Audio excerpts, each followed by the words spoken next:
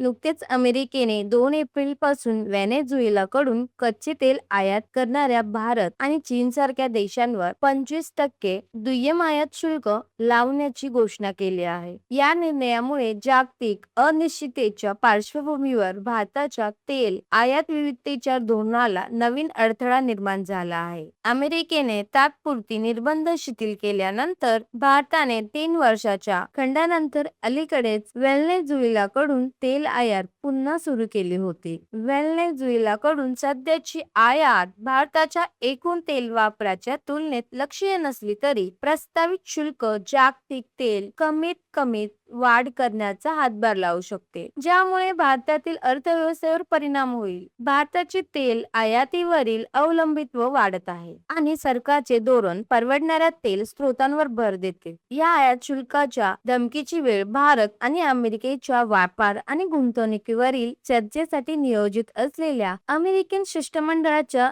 भेटीशी जुळते, ज्यामुळे ऊर्जा सुरक्षा आणि आंतरराष्ट्रीय संबंधांमध्ये गुंतागुंतीचे परस्पर संबंध अधोरेखित होतात. धन्यवाद.